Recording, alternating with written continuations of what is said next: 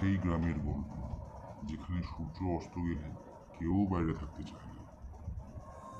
চন্দন ফিসফিসিয়ে, "এই রাকেশ, শুনেছিস আমাদের গ্রামে বটগাছের কাছে একটা ভূত থাকে?" রাকেশ তখন ভয় পেয়ে বলল, "ভূত? তুই কি সত্যি বলছিস?" চন্দন চ্যালেঞ্জ করে বলল, "চল, তুই যদি সাহসী হোস তো আজ রাতেই চল ওই বটগাছের কাছে।" রাকেশ তখন মনে মনে বলল, "আমার ভয় করছে, যদি এই কথা চন্দনকে বলি, কিন্তু চন্দনের সামনে তো মিথ্যে হতে পারি না।"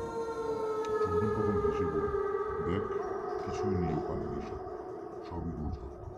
এর মধ্যে হঠাৎ বাতাসে একটা ঠান্ডা অনুভূতি লাগলো।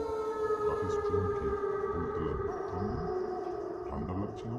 বাতাসটা কেমন যেন হচ্ছে।" এর মধ্যে একটা কালো ছায়া তাদের সামনে দেখলো ভূত। তখন সে ছায়াটা বলল, "তোমরা এখানে কেন এসেছো?" এটা শুনে চন্দন ও রাকেশ একসাথে চিৎকার করে বলল, "ভূত, ভূত!" একটা ঘটনা ঘটার পর তারা বাড়ি ফিরে মাকে সব বলল। মা শুনে হাসতে হাসতে বলল, "আবারও বটগাছের গল্প শুনে ভয় পেয়ে গেছিস?